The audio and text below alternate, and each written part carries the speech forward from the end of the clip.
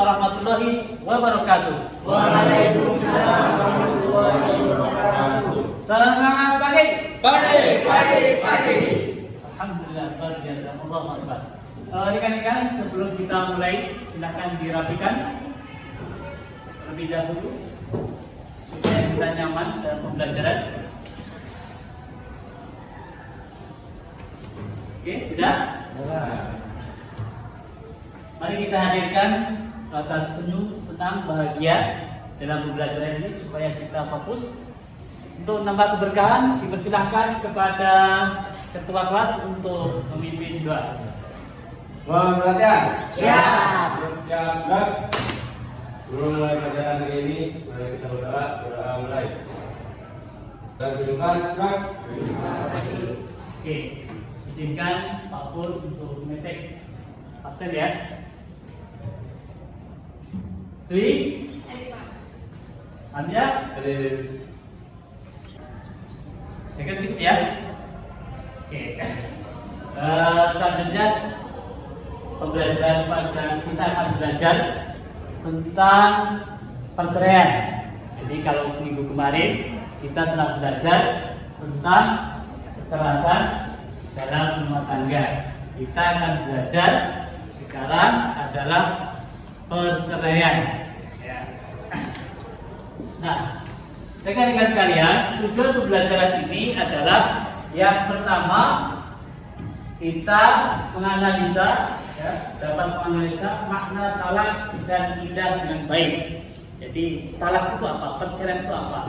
Dan setelah ada perceraian maka ada idah. Dari itu adalah masa tunggu ya. Kemudian yang kedua adalah menyimpulkan manfaat talak dan idah dalam Islam dengan benar. Kira-kira perceraian ya itu manfaatnya seperti apa?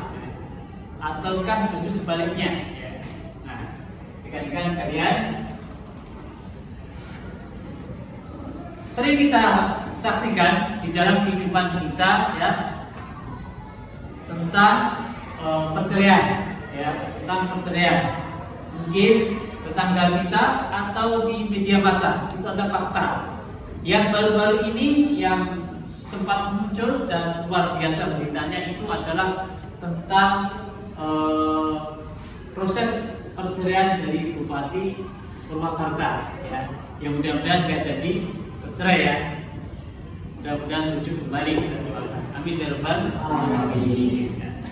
Jadi perceraian itu artinya lepas ya, jadi lepas dari. Rekan-rekan sekalian yang berbahagia ya, karena permasalahan perceraian itu adalah termasuk permasalahan seandainya ya di masyarakat kita banyak yang bercerai dan lain sebagainya, dampaknya luar biasa, termasuk mungkin anak-anaknya yang akan menanggung resiko ya, mungkin dalam sekolahnya terhambat ya, mungkin mengalami penyimpangan dan lain sebagainya. Itu adalah akibat perceraian yang luar biasa. Seandainya banyak masyarakat yang bercerai, maka masyarakat kita akan menjadi lemah ya. Oke,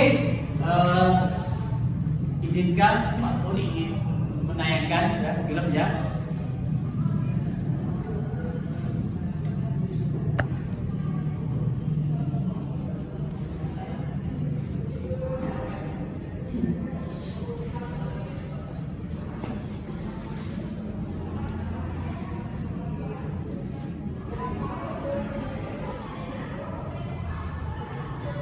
Pengadilan Agama Tanjung Pandan mencatat selama 2022 hingga bulan Juli terdapat 446 perkara cerai yang diputus. Jumlah tersebut didominasi cerai gugat sebanyak 351 perkara, sedangkan sisanya 95 perkara karena cerai talak.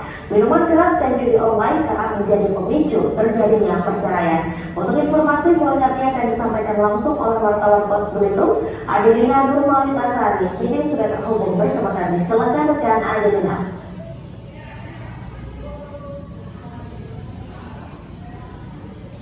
Baik,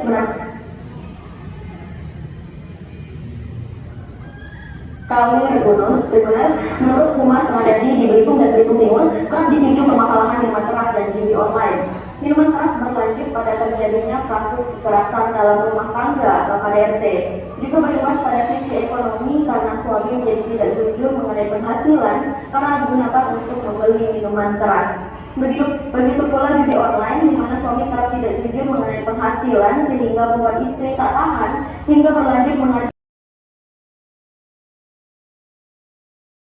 Saksikan video ya tentang perceraian, ya.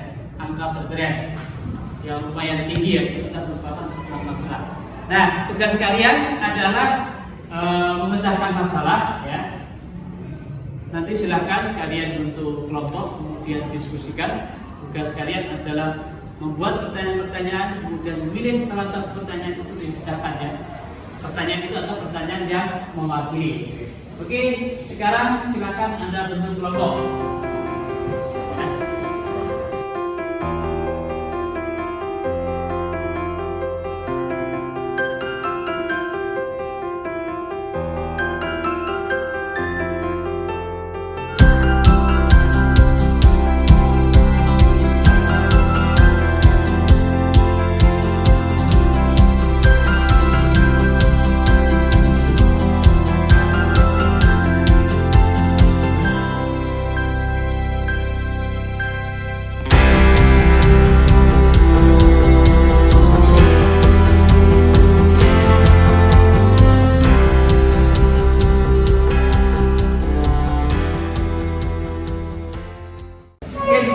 Persilakan kelompok yang pertama.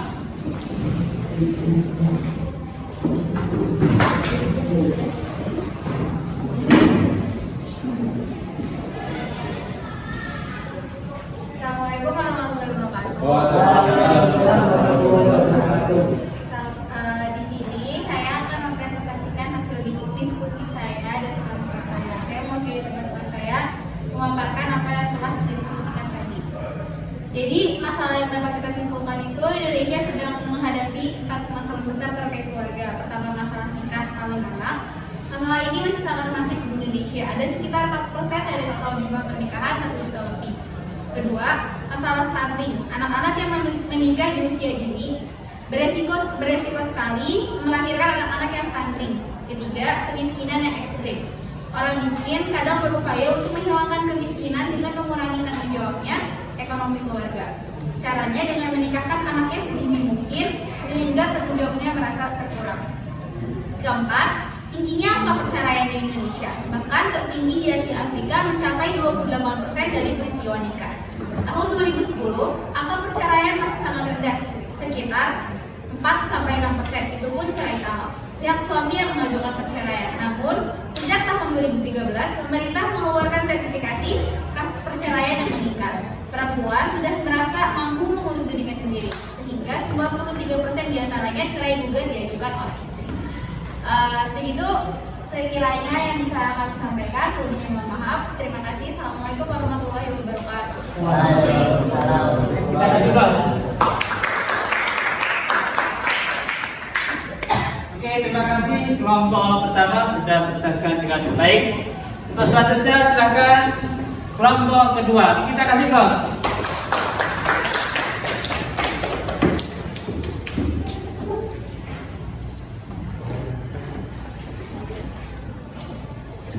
Assalamualaikum warahmatullahi wabarakatuh. Izin memperkenalkan diri, kami dari kelompok 2 untuk mempresentasikan faktor-faktor penyebab terjadinya perceraian. Jadi di pasal 19 Peraturan Pemerintah Nomor 9 Tahun 1975 dan pasal 116 Kompilasi Hukum Islam menyebutkan setidaknya terdapat 13 faktor penyebab perceraian, antara lain zina, mabuk, madar, judi, meninggalkan salah satu pihak, dihukum, dipenjara, poligami, kekerasan dalam rumah tangga atau KDRT. Ada cacat badan, perselisihan dan pertengkaran terus-menerus, kawin paksa, mutad, dan ekonomi. Penyebab perceraian karena tidak harmonis sebanyak 97.615 kasus. Faktor ekonomi ada 74.559 kasus, lalu karena cemburu ada 9.338 kasus. Sisanya alasan cerai karena tidak bertanggung jawab sejumlah 81.266 kasus, sementara akibat pihak ketiga sebanyak 25.310 kasus. Mungkin sekian dapat kami sampaikan. Wassalamualaikum warahmatullahi wabarakatuh.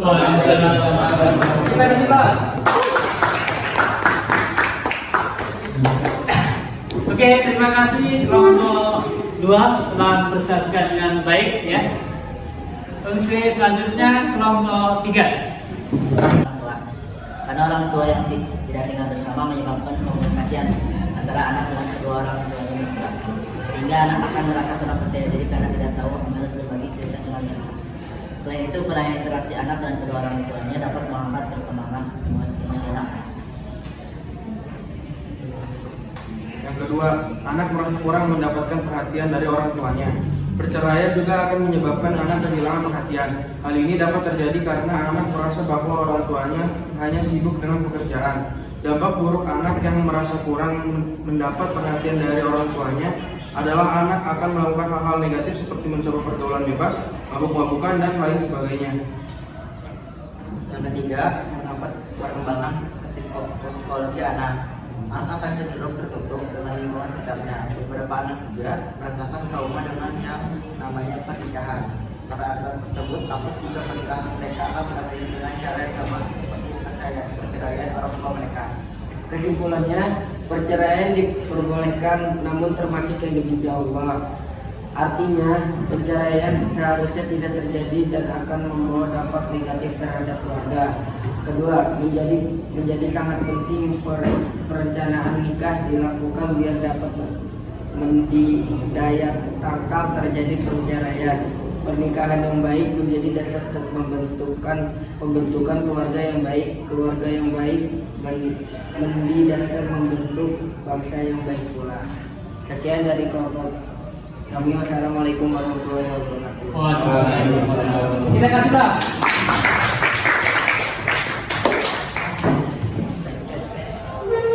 Oke, terima kasih kepada rekan-rekan semuanya sudah presentasi dengan baik ya. Untuk selanjutnya bahwa pernikahan itu adalah harus direncanakan ya.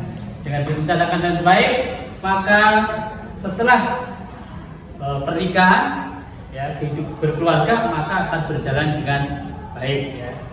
Nah, setelah berjalan dengan baik ya tentunya harmonis, sakinah mawaddah, senang, menikmati ya dalam rumah tangga ya.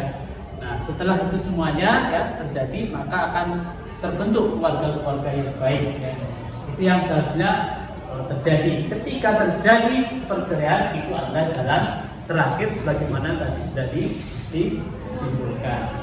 Oke, rekan-rekan sekalian, untuk selanjutnya apakah ada pertanyaan? Ada? Oke, kalau nggak ada mungkin pembelajaran sekian ya, sekian pembelajarannya. Silakan dilanjutkan untuk mengerjakan soal.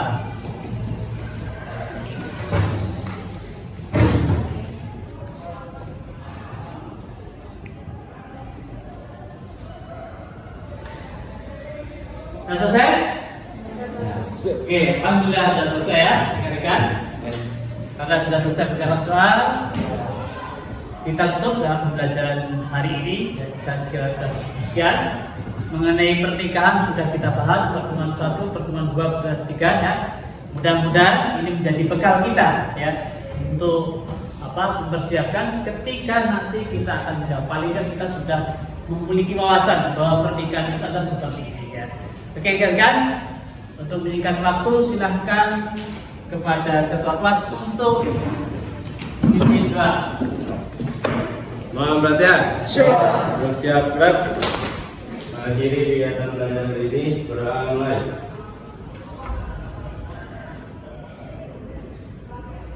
Berdoa selesai.